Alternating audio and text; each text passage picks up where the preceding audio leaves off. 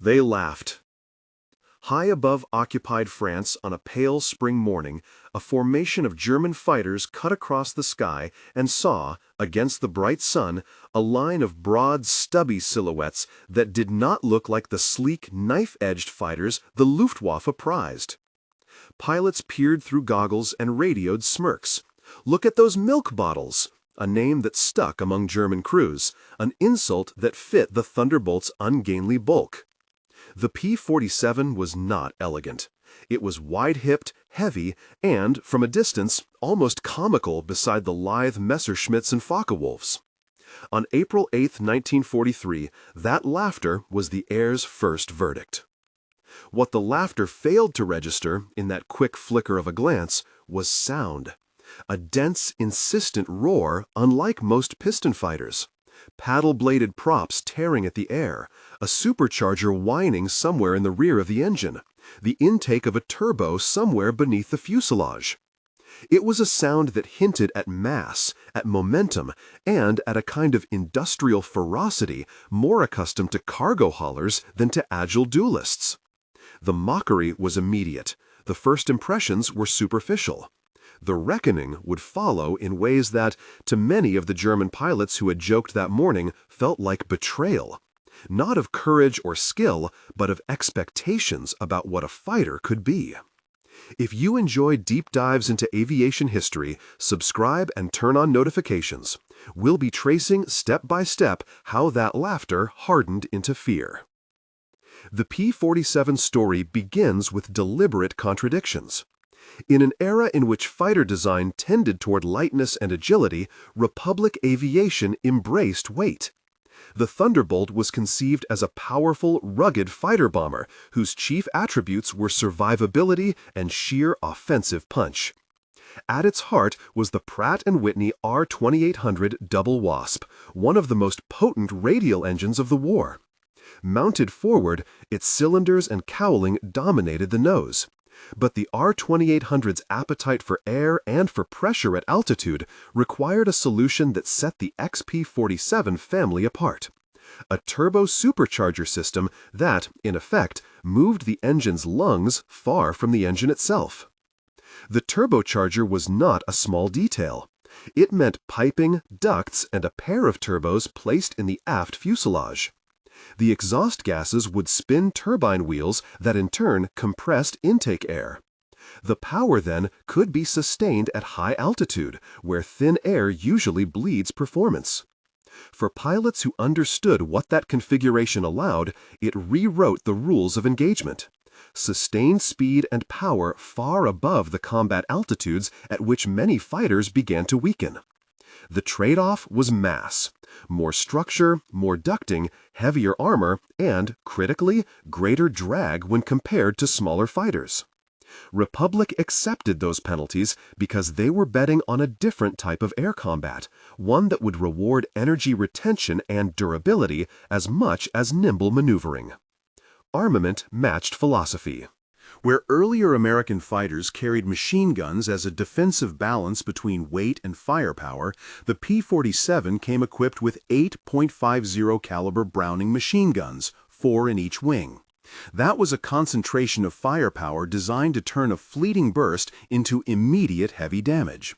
Each gun carried substantial ammunition. Their combined streams could carve through control surfaces, fuel tanks, and the relatively thin skins of contemporary fighters and bombers. The pattern of fire, when delivered from the right geometry and range, produced results that pilots remembered not for gore, but for sudden, decisive failure. An engine that quit, a wing that folded, a fuselage that came apart like paper under pressure. But the Thunderbolt's strength was not merely guns and a big engine. Armor and fuel capacity were central elements of its survivability doctrine. The cockpit was equipped with armored plating to protect pilots against the kind of rifle caliber and smaller machine gun hits that commonly proved fatal in other types. Internal fuel tanks were designed with redundancy in mind, an approach intended to let P-47s return, badly hurt, rather than disappear in bursts of flame. That redundancy would matter more than anyone could predict in the months to come. The engineering choices that made the P-47 a dinosaur by contemporary aesthetic standards were also what allowed it to absorb punishment. If appearance suggested a lumbering beast, performance would reveal something subtler, an airplane capable of converting mass into a different kind of agility, the ability to trade altitude and speed for the power to strike and then escape. It is this fundamental design theology, survivability and replaceability over acrobatics, that framed the Thunderbolt's wartime role. The initial operational experience was, to be candid, rough. Transitioning pilots into the P-47 required confronting unfamiliar handling characteristics. Compressibility, an aerodynamic phenomenon that caused loss of control authority in high-speed dives, was not a new discovery in 1943, but the Thunderbolt's weight aggravated it. In the hands of a pilot trained on lighter, more responsive fighters, a dive that produced alarming buffeting could lead to a frightening, sometimes deadly stall or structural failure. Ground loops and tricky landings also claimed aircraft on airfields where the Thunderbolt's mass and stiffer landing gear punished mistakes. Training losses mounted in early programs, and each accident fed a reputation that mixed caution with derision. The aircraft demanded respect, and for many, that respect had to be learned the hard way. Training programs adapted. Flight instructors emphasized energy management. Keep altitude when you can, use the Thunderbolt's power to build speed, and avoid nose-down stalling dives that invited compressibility. Tactics shifted. Pilots were taught to use the P-47's strengths: big dives, power-off zoom climbs, and the ability to sustain high-altitude speed to shape engagements rather than rely on turning fights. The result was a steep learning curve that, in a theater where months meant lives and every sortie carried risk, felt uncomfortably long. Few stories crystallize the aircraft's paradox, its vulnerability and its resilience, better than one that occurred over the summer of 1943 and would be recounted by Lieutenant Robert S. Johnson. On June 26 of that year, Johnson's Thunderbolt was hit hard. Enemy fire peppered the airframe and cockpit. The canopy jammed partly open, his fuselage and control surfaces were shredded, and the instruments betrayed the assault of fragments and bullets. Yet, the P-47 stayed airborne. The details of Johnson's flight have been recounted in memoirs and debriefs. Engines still running despite hundreds of holes in the skin, controls fighting for authority, and the pilot barely able to keep the machine on course. When he finally crossed the channel and touched down at base, maintenance crews began the grim and methodical task of counting damage. Holes in the fabric and metal, bent spars, riddled control surfaces. The tally ran into the hundreds. Johnson walked away. For men on both sides of the conflict who learned of what the airframe had survived, that single landing started to shift perceptions. If a pilot could come back from near impossible damage, the enemy faced more than a mere fighter. They faced a machine that could keep a man alive. The psychological effect of survivability is easy to underestimate until it is experienced. In the early months, Luftwaffe pilots treated the Thunderbolt as a curiosity. They exploited its lack of nimbleness, pressing turns and trying to outmaneuver what they assumed was a lumbering beast. But encounters with the P-47 began to accumulate lessons. Pilots who had once mocked the machine found that it could absorb hits that would have sent other fighters down in flames. It could dive away faster than they'd expected, returning to altitude with energy that allowed it to regroup and strike again. And when a P-47 opened up with 850s at close range, the result was sudden and uncompromising. Enemy aircraft were stopped in their tracks, control systems shredded or engines disabled, and the casualty tally rose quickly. Tactics evolved alongside technical appreciation. The boom and zoom became the Thunderbolt's creed.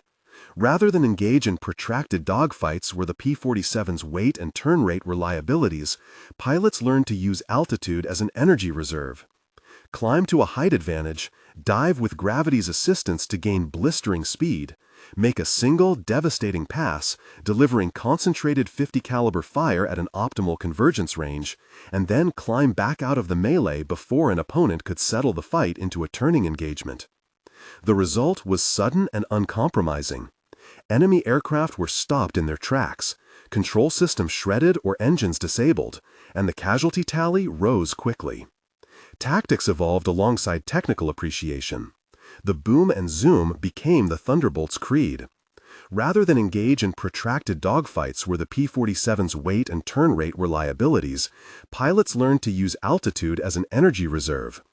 Climb to a height advantage, dive with gravity's assistance to gain blistering speed, make a single, devastating pass, delivering concentrated 50 caliber fire at an optimal convergence range, and then climb back out of the melee before an opponent could settle the fight into a turning engagement. These tactics leveraged the Thunderbolt's core advantages: strong airframe, potent engine, and the capacity to absorb damage and still climb away. Over time, mere mockery turned to grudging respect. Grudging respect, when repeated across sorties and squadrons, hardened into fear. That fear did not emerge solely from a reputation for staying in the fight. It was amplified by another, more visceral factor: the sound. Air is an immersive medium. The human ear is exceedingly sensitive to the approach of danger by sound alone. The P-47's paddle-type propellers and thick fuselage produced a deep, rolling sound different from the higher-pitched whine of the lighter fighters. Men on the ground, tankers, train crews, convoys, began to identify that sonic signature. They learned to brace for an attack when they heard that specific propeller cadence. In the air, German pilots who had previously dismissed the Thunderbolt as an easy mark discovered that when those props closed in and the supercharger screamed into the attack, something had changed. The heavy silhouette meant eyes and guns would soon follow, and those 850s were not an elegant volley, they were an uncompromising wall of lead. The thunder of the Thunderbolt was not only auditory. Its industrial thunder, what it meant in terms of production, logistics, and pilot numbers, was equally decisive. The United States industrial machine had gravity. Once a design got into production, scaling up meant delivering quantities that could alter strategic calculation. The P-47, though expensive and resource-intensive per airframe, was produced in large numbers. Factories in multiple states converted their assembly lines to crank them out. Myriad subcontractors fed components, and a logistics system ensured fuel, ammunition, and spare parts flowed to forward bases. For the Luftwaffe, which was increasingly strained by losses and a shrinking industrial base, facing a foe fielding large numbers of robust fighters had cascading implications. Not every engagement required technical superiority. Often, systemic imbalance won the day. The Thunderbolt's variants also illustrate how design and industrial flexibility combined. The early P-47Ds, recognizable by their bubble canopies in later blocks, became the standard fighter bomber. Later, the P-47M and P-47N emerged to meet specialized needs. The M was a high-speed response to specific threats, while the N was a long-range variant designed for operations in the vast distances of the Pacific theater. By adapting the base design to new avionics, propeller types, engine tuning, and structure, Republic and its subcontractors proved that a single robust airframe could be refitted for tasks beyond its original profile. That adaptability itself contributed to the P-47's psychological punch. It was no one-trick pony, but a platform that grew in role breadth as theaters and tactics changed. Yet adaptation did not erase early cost, measured in accidents, torn wings, and pilots who crashed learning to manage the airplane's quirks. Training pipelines strained. Flight instructors argued for longer conversion periods. Commanders fretted over the need to get pilots combat-ready quickly. Crash investigations repeatedly cited factors ranging from misjudged approaches to high-speed compressibility stalls. Some of these were teething pains inherent to any new machine. Others exposed gaps in doctrine and the difficulty of changing pilot habits mid-war. The human element here is essential to the arc from ridicule to dread. Aircraft do not change reputations on their own. Machines and men must learn each other's limits, and sometimes that learning costs lives. The shift from derision to dread also depended on tactical ingenuity and on individual moments that crystallized lessons. A single sortie that showcased the P-47's firepower could ripple through enemy squadrons faster than any memo. Gun camera footage, grainy, jerky shots of wing assembly and explosive contact provided incontrovertible visual proof. Stories spread. A BF-109 hid in a control cable, trailing a strange ribbon of torn fabric before slipping out of formation. A FW-190's engine spluttering as bullets shredded fuel lines. A bomber with flaming wingtip that nevertheless stayed airborne long enough for escorts to shepherd it home. These were not always elegant endings, and the recordings rarely provided context for valor or tragedy. But repetition of such scenes across the front lines changed behavior. Pilots who once expected to fracture a Thunderbolt with a few well-placed bursts now approached with more caution, less overconfidence, and a tactical pivot toward avoiding the P-47's dive angles and converging fire. Part of the transformation was cultural and partly about legend building. Anecdotes, sometimes embellished, traveled by radio, over beer and distant billets, and in the terse exchanges of intelligence summaries. The Luftwaffe's own internal reflections, recorded and later published in post-war interviews and reports, show a pattern. Early pronouncements that the Thunderbolt was merely a heavy American plane, followed by a grudging acknowledgement that its characteristics required new responses. Post-war writings by prominent German pilots included reflections on how American industrial persistence, coupled with aircraft that were hard to kill, had increasingly shifted the calculus of risk. In time, the P-47's image changed from circus curiosity to threat. Even so, the conversion was not inevitable or immediate. It required hundreds of sorties, continuous mechanical refinement, tactical invention, and, uncomfortable for many militaries, acceptance of a doctrine that prized replaceability. In contrast to fighters built to be treasured and conserved, the American approach baked redundancy into the strategy.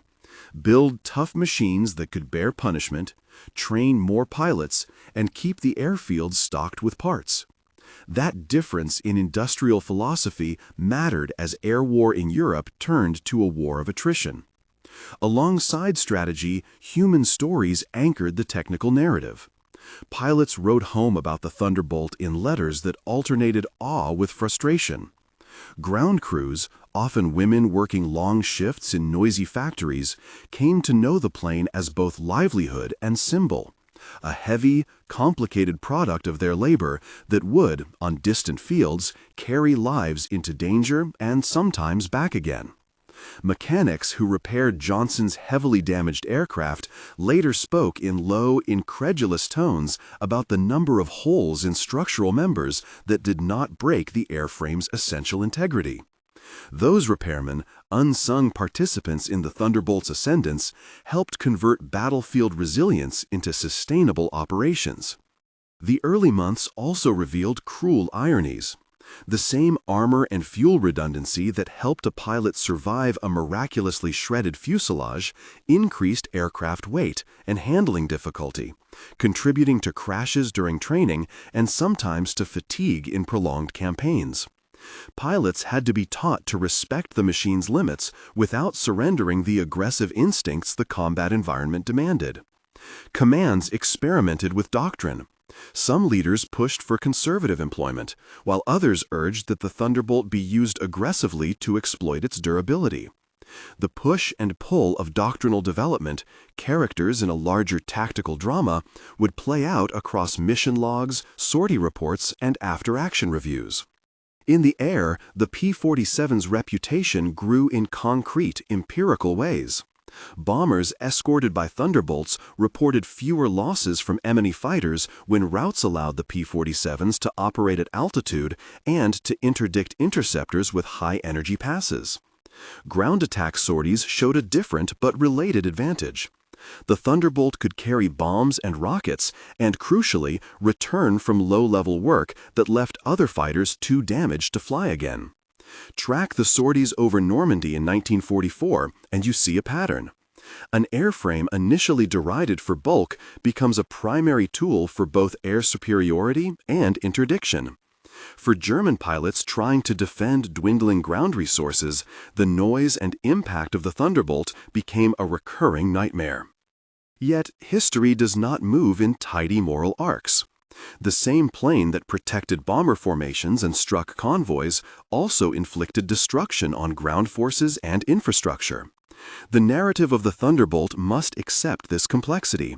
Engineering success and tactical innovation in wartime carry a human burden. The stories of pilots coming home after impossible damage sit alongside reports from towns and rail networks disrupted by aerial attack. The P-47's role in ground attack turned American industrial capability into a strategic weapon, and that weapon had effects that should be described in measured, factual terms rather than romanticized triumph. By mid-1943, the Thunderbolt had passed an inflection point. No longer merely a curiosity, it was a platform demonstrating how an industrial nation's design choices, favoring survivability, firepower, and adaptability, could shape tactical practice and psychological response.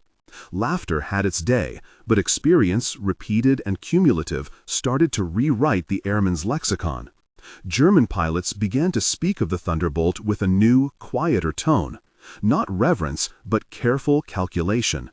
The machines they once could mock now demanded strategic avoidance or specific counter-tactics, things that cost time, resources, and, all too often, lives. This arc, mockery to dread, was not a single event, but a concatenation of technical facts, tactical adaptation, production scale, and human story. To understand how a bulky, odd-looking airplane could so thoroughly change the air war, one must follow the Thunderbolt from factory floor to cockpit, from training field to dogfight. The next portion of the story takes us back to the design table and the men who made the choices that would, within a few months, become war-changing doctrine. The Thunderbolt's origins in the factory tell us as much about American strategy as anything in the cockpit.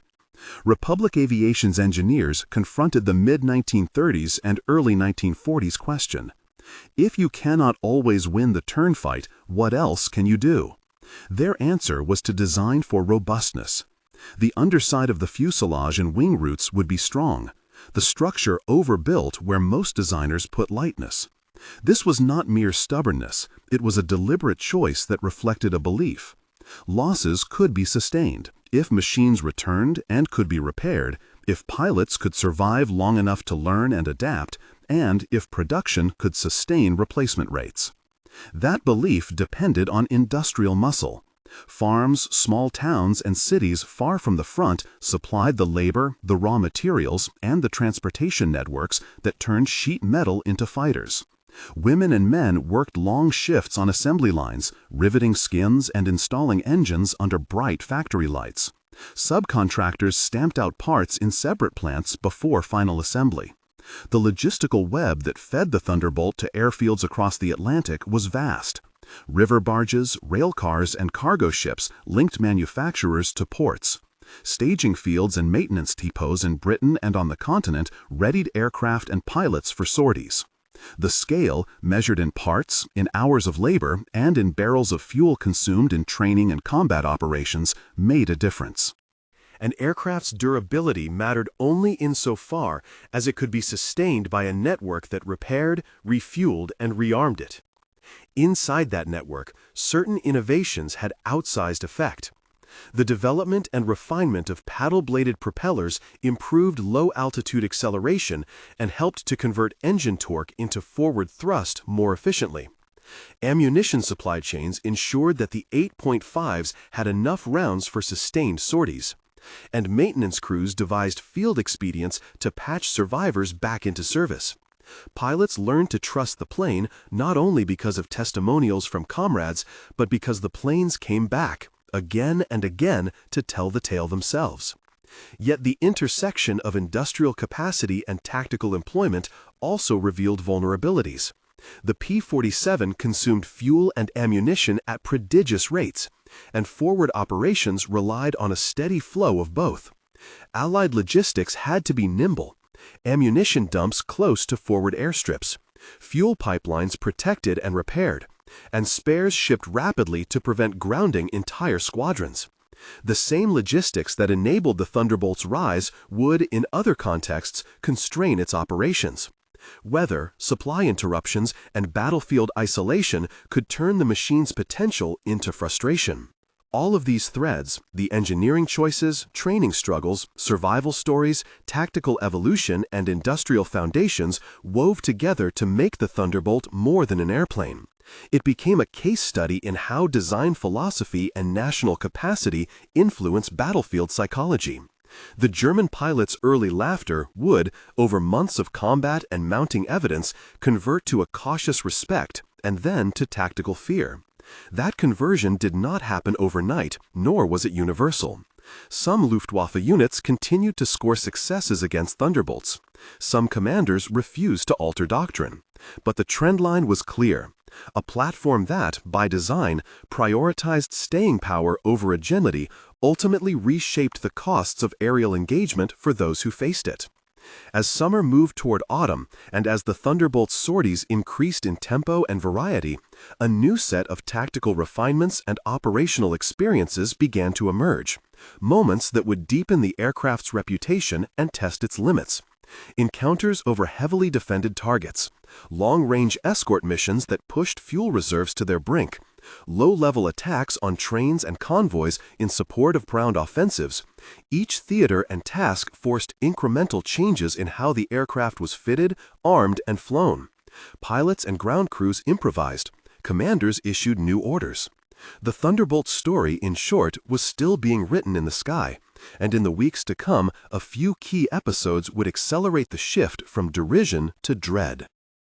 One of those episodes brought us back to Lieutenant Johnson's landing, to the maintenance crews counting holes, and to the quiet conversations held in briefing rooms where pilots and commanders tried to distill lessons from survival. But statistics and anecdote alone do not complete the picture. To see the full arc, we must watch a P-47 on a mission. Its systems, its weapon delivery, the geometry of a boom and zoom attack, and the human choices that steers steel and fire across contested airspace. That is the next thread, how the throttle, the sighting reticle, and the pilot's split-second decision combine to make the Thunderbolt both feared and feared for. It is a technical tale, but one told through human focus. In the cramped cockpit, in the grind of the factory, and in the hush of the maintenance hangar where a crew chief stares at a plane that should not have flown home. The Thunderbolt's thunder, then, is not a single sound, but a chorus. A propeller's bassline, an engine's whistle, the staccato of 850s, and, under all of it, the soft tap of men and women turning metal into machines and machines into memory. The next section will track, in mission-by-mission granularity, how convergence settings, range estimation, and burst discipline transformed a volume of lead into decisive effect, and how those technical choices echoed in the psychology of those who faced the Thunderbolt in battle. The sight picture matters. A P-47 coming in from altitude is a wedge of shadow, broad-shouldered and purposeful, a mass that eats the sky as it converts potential energy into speed. Imagine that wedge arcing down from high above, the pilot counting seconds between sighting the bandits and finding the right geometry for a firing pass. The thunder in the ears is not metaphorical. It is the sound of pounds and momentum working together. Propeller blades chopping air, turbochargers screaming as the engine demands breath, and the pilot's heartbeat trying to stay polite beneath it all. What follows is a study in angles, timing, and restraint, how a pilot uses convergence, burst discipline, and sheer velocity to turn a wall of lead into battlefield certainty. The sight picture matters. A P-47 coming in from altitude is a wedge of shadow, broad-shouldered and purposeful, a mass that eats the sky as it converts potential energy into speed. Imagine that wedge arcing down from high above, the pilot counting seconds between sighting the bandits and finding the right geometry for a firing pass. The thunder in the ears is not metaphorical. It is the sound of pounds and momentum working together, propeller blades chopping air, turbochargers screaming as the engine demands breath, and the pilot's heartbeat trying to stay polite beneath it all. What follows is a study in angles, timing, and restraint. How a pilot uses convergence, burst discipline, and sheer velocity to turn a wall of lead into battlefield certainty. Convergence is a small word for a decisive idea. With 8.50 caliber Brownings spread across two wings, the P-47 could not aim like a single-nosed cannon. Instead, designers and pilots set the guns to converge at a point ahead of the aircraft. Choose that distance too close, and the bursts would spread wide by the time they reached an enemy at longer range. Choose it too far, and the time of flight made hits unreliable. Thunderbolt units experimented with settings, some preferring shorter convergence to concentrate energy in a tight pattern for short, violent passes, others setting a longer convergence to increase effective range and reduce exposure to return fire. The correct setting depended on mission profile. Bomber escort, where careful standoff strikes at enemy fighters mattered, demanded different geometry than low-level strafing of the ground. Burst discipline made the rest of the difference. 8 guns can unleash a terrifying volume of fire, but without short, controlled bursts, the pilot risked wasting ammunition and giving up the energy that made the attack possible. Veteran pilots advised single, well-aimed bursts timed to cross the enemy's critical structures, engine cowling, cockpit, radiators, or wing roots, rather than prolonged fire that chewed through rounds with diminishing returns. In the hands of a trained Thunderbolt pilot, a fleeting pass of 2 seconds could deposit more lethal ordnance on an opponent than a longer volley from smaller calibers. The result was abrupt failure. An engine that coughed, a control surface that never answered again, or a fuel tank that transformed a combat airplane into a burning meteor. This efficiency of effect, more damage per second of exposure, helped convert scorn into apprehension. To appreciate the lethality, consider the fundamentals. The .50 caliber round was heavier with greater momentum than smaller rifle caliber shells. 8 barrels firing in a compact time frame multiplied destructive potential. But raw firepower alone cannot explain the psychological transition in the Luftwaffe. Firepower had to be delivered, and that delivery required energy. The P-47's turbo-supercharged R-2800 gave pilots the ability to build that energy at altitude and turn it into a high-speed dive, the boom in boom and zoom, followed by a climb-out that left the lighter fighters' turning ability ineffective. The geometry of the attack turned the advantage of nimble opponents into liabilities. A turning enemy could not respond quickly enough to a high-speed pass and could be hit where it most feared to be struck. Field reports and gun camera frames provided a growing dossier of case studies. A typical reconstruction would read like a short tragedy for the targeted aircraft. Sighting, closure, the flash of strikes across an engine nacelle or fuselage, and then the slow arithmetic of failure. Oil pressure dropping, control response degrading, a wing trailing fabric.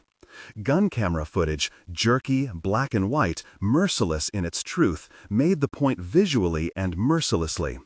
Pilots on both sides saw these frames and adjusted behavior.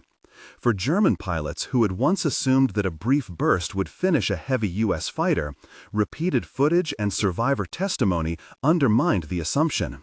The Thunderbolt tended to die differently, if it died at all, and that difference required tactical recalibration.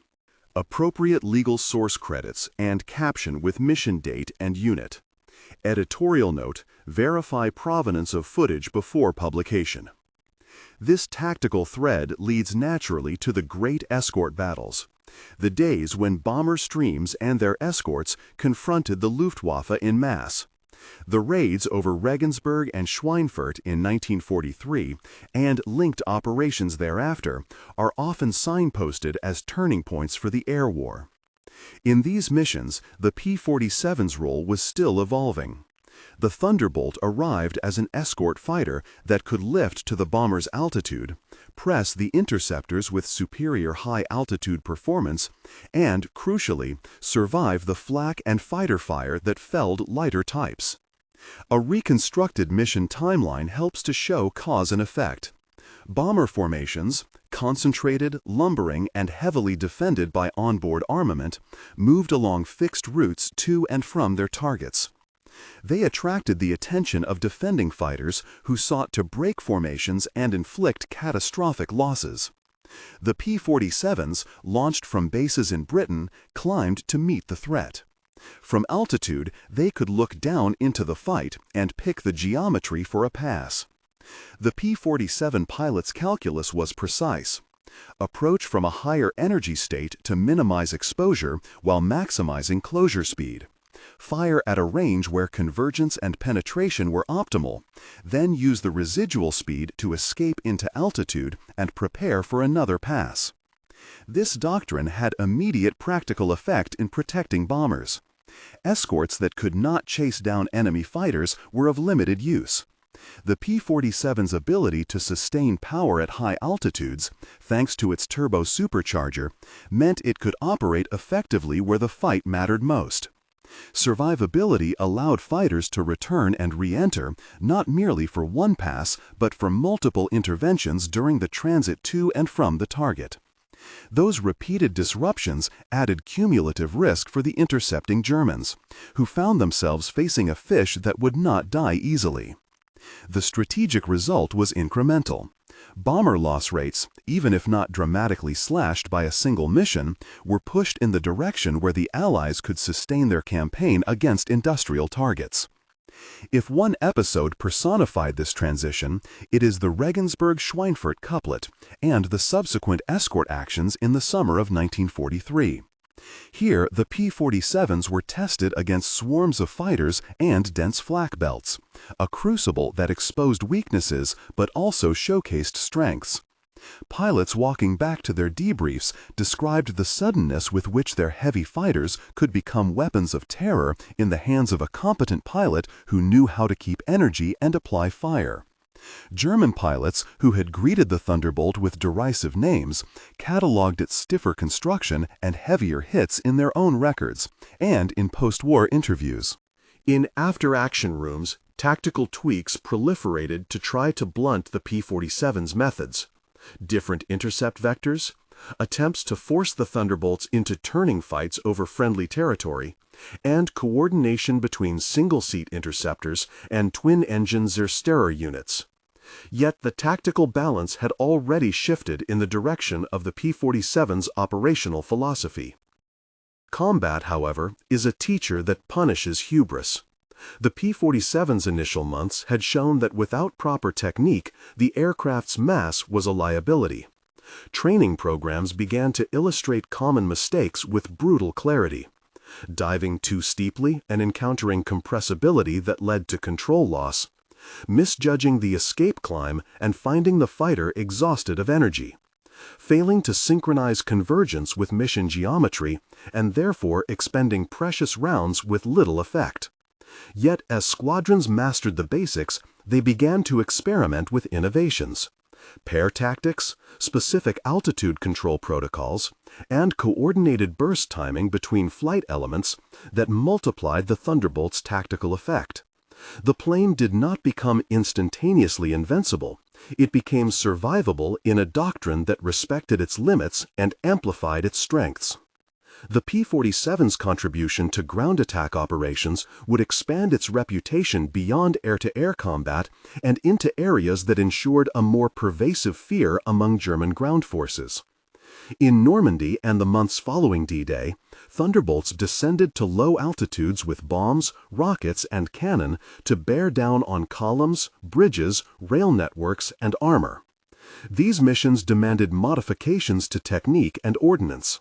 Rocket rails under the wing, bomb shackles, and strafing runs that required a different kind of nerve and precision from pilots accustomed to high-speed altitude passes. The effectiveness of this role derived from a simple fact. A P-47 pilot could take punishment that would ground other fighters permanently. A low-level run exposed a plane to intense small arms and anti-aircraft fire.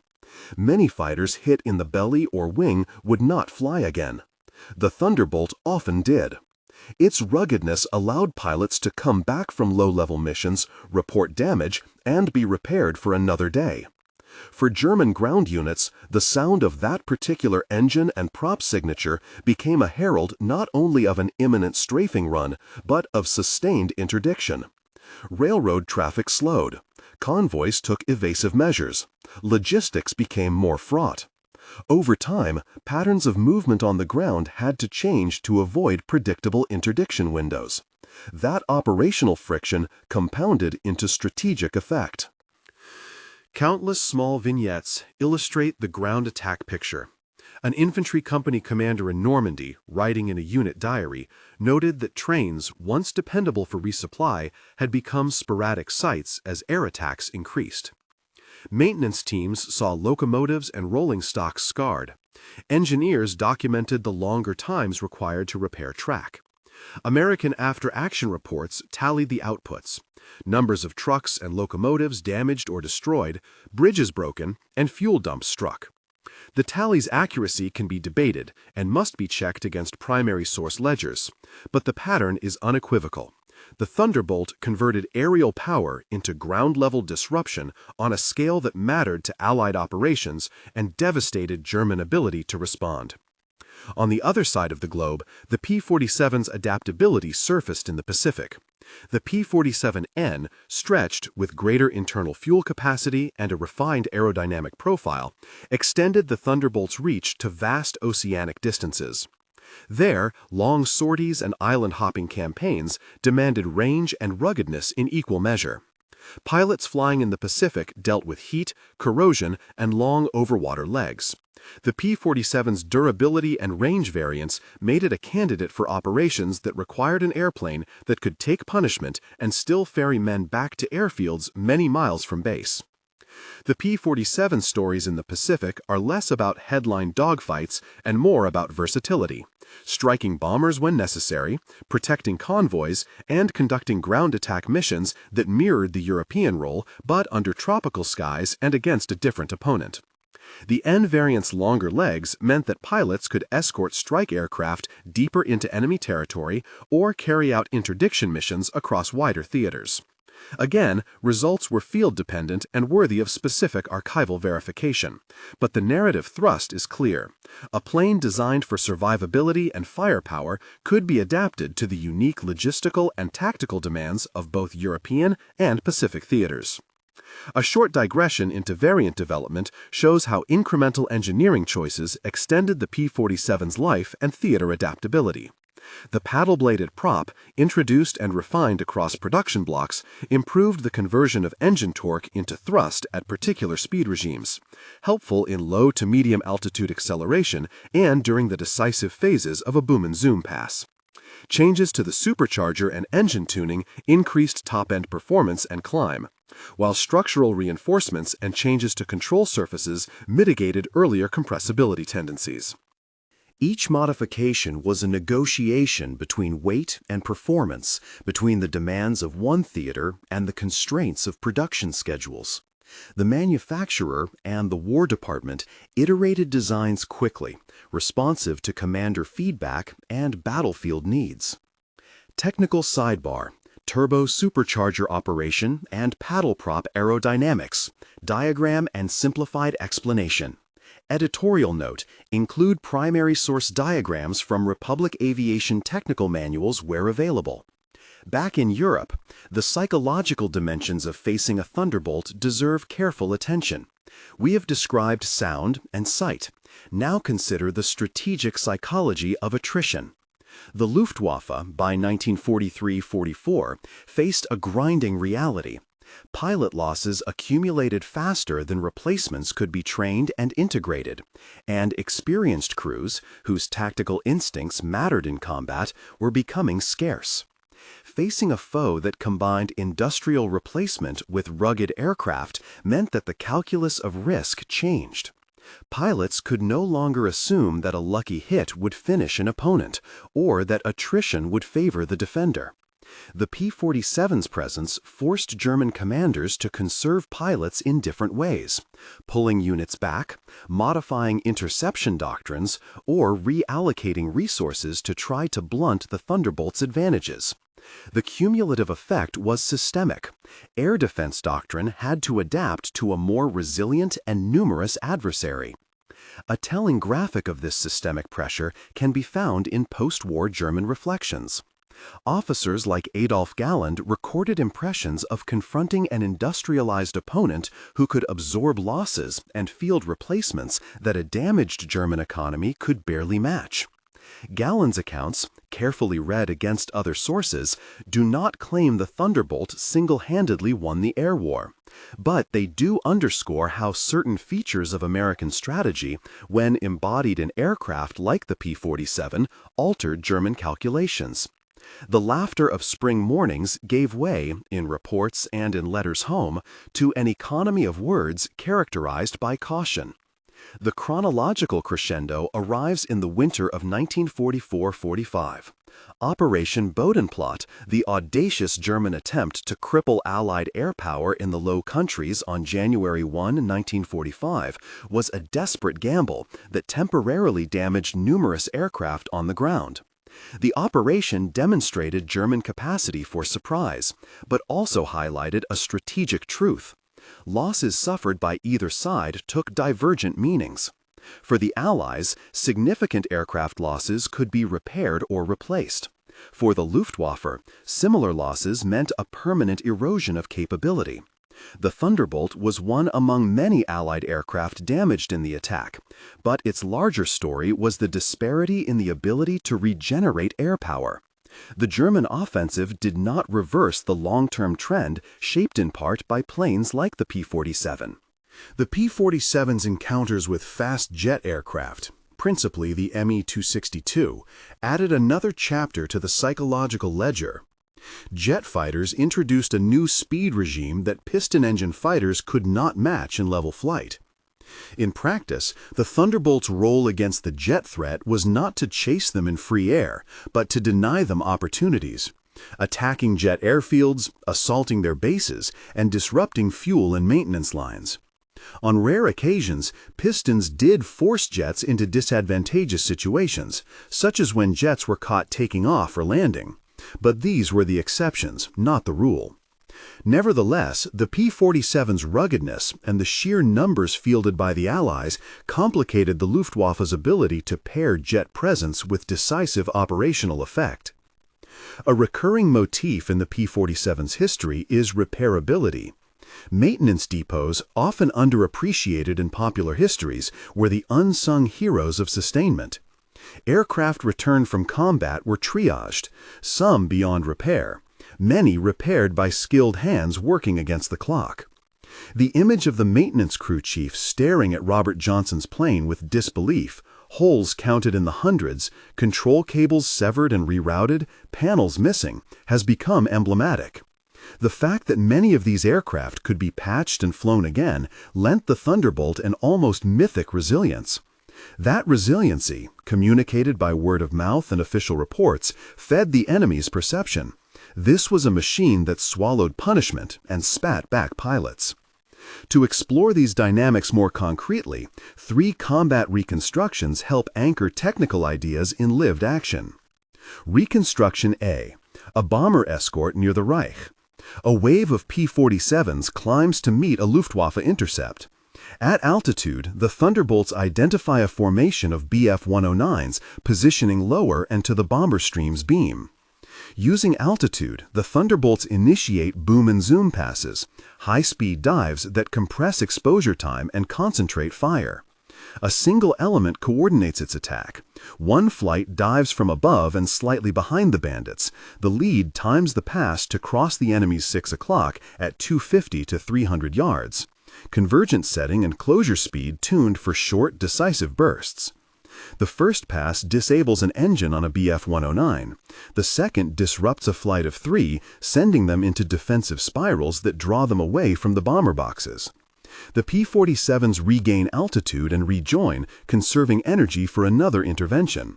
The bomber formation, shaken, continues home with fewer losses than planners feared. Reconstruction B, a low-level interdiction mission in Normandy. Thunderbolts laden with rockets and bombs fly suppression missions against columns of transport. Approaching at treetop level to reduce radar detectability and surprise the enemy, the pilots mark targets visually and splash rockets into the leading trucks. Small arms and light flak answer, and one P-47 sustains wing hits and a dented radiator but returns to base. Ground crews repair punctures and restore the aircraft to the line. The net effect is a shadow over supply routes and longer transit times for German logistics. Reconstruction C.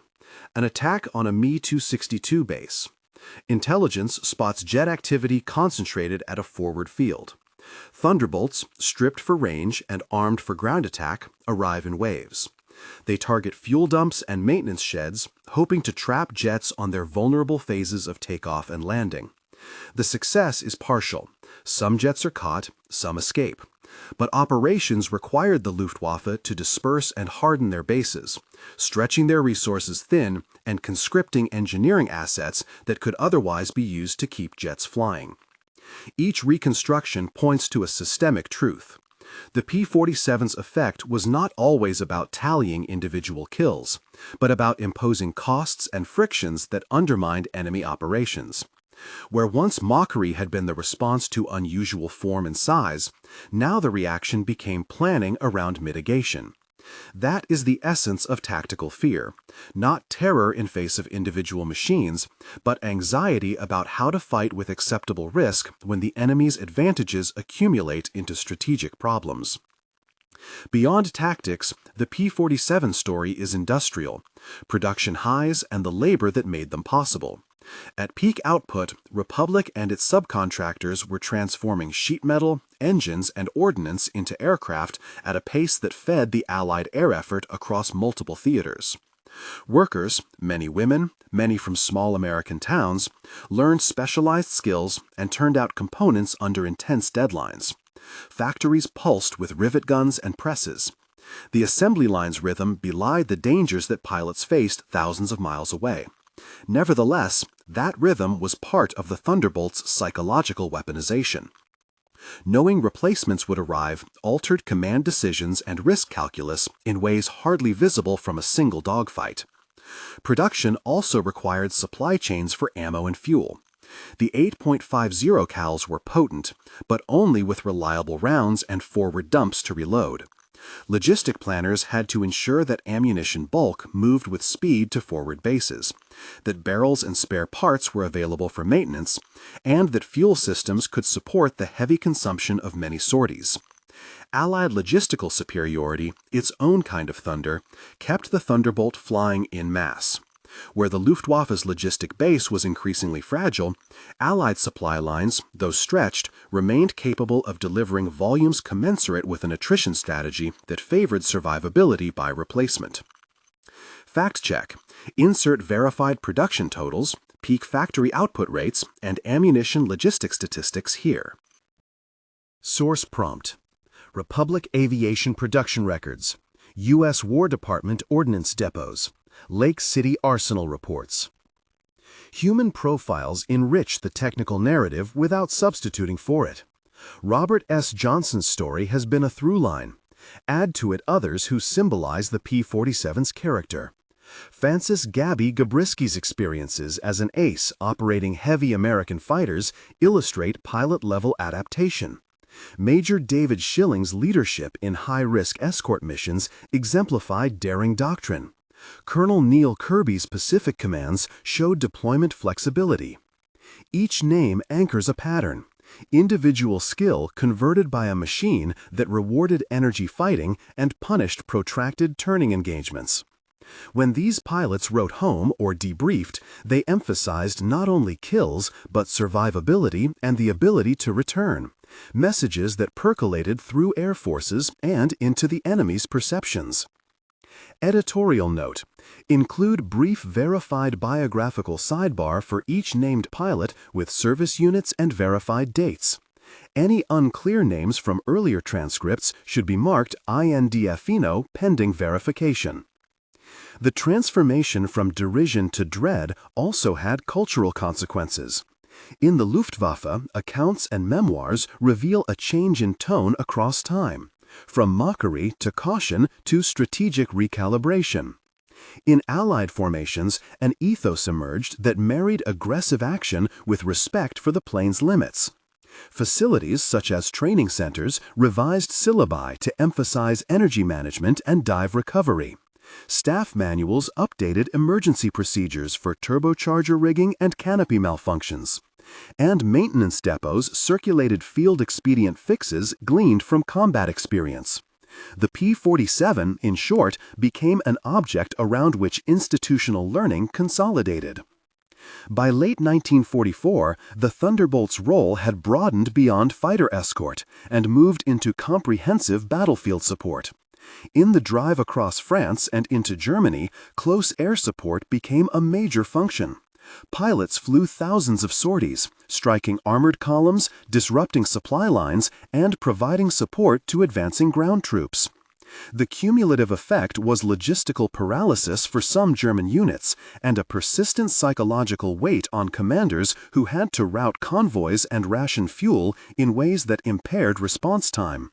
Where once German pilots had laughed at the flying milk bottle, ground commanders now learned that a certain propeller cadence meant their world could be disturbed imminently.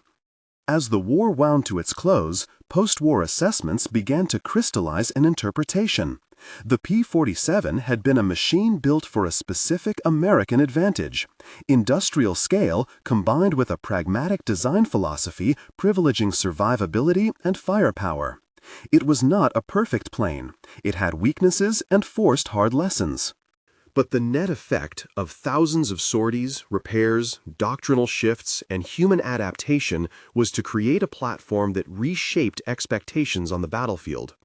Adolf Galland and other German commentators later recognized the broad implications. When an adversary fields aircraft that can stand up to punishment and come back, the strategic implications are profound. Laughter, in retrospect, had been a mistake of impression. Fear, born of repeated encounters, was the correct response to operational reality. There is an ethical clarity to end on. Machines do not laugh or fear. Men do. The P-47's history is a ledger of technical choices, human courage, institutional learning, and the bitter arithmetic of conflict. The stories of returns from miraculous damage, of factory lines humming with rivets and engines, and of pilots changing tactics under fire are all part of a complex heritage. The Thunderbolt's thunder was born of a philosophy: to make fighters rugged enough to survive and plentiful enough to matter. That choice shaped not only battles, but the psychology of those who stood against it. If you leave with one image, let it be this: a squadron of Thunderbolts climbing home at dusk, their silhouettes broad against an orange sky, engines long past the scream of engagement, but still carrying the memory of a fight. Pilots and ground crews who had learned one another's languages, mechanical, tactical, and human, stood in the long shadows and knew that a change had come. The mocking radio calls of April 1943 had been replaced by a quieter, more consequential calculation. Where laughter once echoed, now there was a measured pause before action, a recognition that the sky had another kind of thunder, and it was named the Thunderbolt. Final notes for producers and editors. Insert fact-checked production numbers, validated pilot service records, and precise mission dates in the marked editorial slots. Replace any INDEFINO placeholders with verified names and units. Ensure gun camera footage is cleared for writes and captioned accurately. Maintain respectful, non-graphic portrayal of combat effects. Where human consequences are mentioned, use measured language consistent with archival sources. If this exploration of aircraft, industry, and human adaptation intrigued you, check the description for primary source links, recommended reading, and museum exhibits where you can see a Thunderbolt up close. Visit archives for original mission reports and first-person accounts. There is no substitute for primary documents when history feels that immediate. And if you want more deep dives into the machines and moments that shaped the air war, watch the next episode linked below.